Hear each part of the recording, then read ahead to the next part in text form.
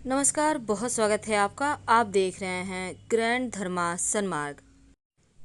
आपने अक्सर शिव जी के मंदिर में देखा होगा या आप भी ऐसा करते होंगे कि भगवान शिव के सामने बैठे उनके वाहन नंदी के कान में अपनी मनोकामना कहते हैं। क्या आपको पता है कि नंदी के कान में कही गई बात भगवान शिव तक जरूर पहुंचती है और वह पूरी भी होती है। लेकिन नंदी के किस कान में अपनी मनोकामना कहनी चाहिए और क्या बोलना चाहिए? भगवान शिव जब साक्षात सामने बैठे हैं तो नंदी के माध्यम से ही अपनी बात क्यों पहुंचाई जाए, इसके पीछे के कारण क्या है, तमाम बातें जानते हैं विस्तार से। देखिए, सीधे शिव जी से आप बहुत सारी बातें कह सकते हैं, लेकिन नंदी भगवान जो हैं वो भगवान शिव के प्रमुख गणों में से एक हैं और कहा जाता है नंदी पूर्व जन्म में शिलाद ऋषि थे, जिन्होंने हजारों वर्षों तक घोर तपस्या करके भगवान शिव को प्रसन्न किया और उनसे यह वरदान पाया कि वो सदैव उनके साथ रहेंगे।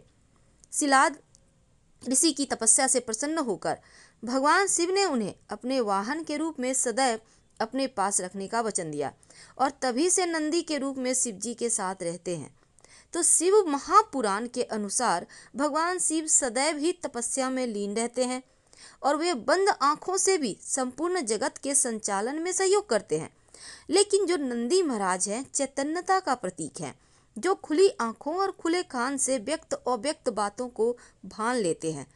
और पुराणों में कहा गया है भगवान शिव की तपस्या में किसी प्रकार का विघ्न ना पड़े, इसीलिए नंदी चैतन्य अवस्था में उनके तपोस्थल से बाहर रहते हैं तैनात। जो भी भक्त भगवान शिव के पास अपनी समस्या लेकर आते हैं, नंदी जी उन्हें वहीं रोक देते हैं और किसी बाहरी विघ्न से शिव जी की तपस्या भंग ना हो, तो इसलिए भक्त भी अपनी बात नंदी के कान में कहते हैं। तो शिव की तपस्या से बाहर आने पर नंदी उन्हें भक्तों की सारी बातें जस की तस बता देते हैं और भक्तों को यह विश्वास भी होता है कि नंदी जी महाराज उनकी बातें शिव जी तक अवश्य पहुंचाएंगे। तो कुछ नियम है नंदी के कान में कहने के। सबसे पहली बात, तो जब भी आप शिव जी की पूजा करें उसके बाद नंदी के कान में कहना है। तो पहले नंदी जी महाराज को 31 दाने हरी मूंग अर्पित करें। याद रहे, 31 दाने हरी मूंग के नंदी जी महाराज को अर्पित करें। इसके अलावा आप फूल, मिठाई, जो भी आप पुष्प वगैरह है आप अर्पित करें। अब नंदी के कान में जब मनोकामना कहिएगा तो इस बात का ध्यान रखें कि आपकी कही हुई बात कोई और ना सुने। अपनी बात इतने धीमे कहें कि आपके आसपास खड़े व्यक्ति को भी उस बात का पता ना चले। और नंदी के कान में अपनी बात कहते समय होठों को अपने दोनों हाथों से ढक लें ताकि कोई अन्य व्यक्ति उस बात को कहते हुए आपको भी न देखे। और नंदी के कान में कभी किसी की बुराई मत कीजिएगा और ना ही दूसरे व्यक्ति की बुरा करने की बात कहें, वरना शिव जी क्रोधित हो जाएंगे। आपको जो कहना है अपने लिए कहें।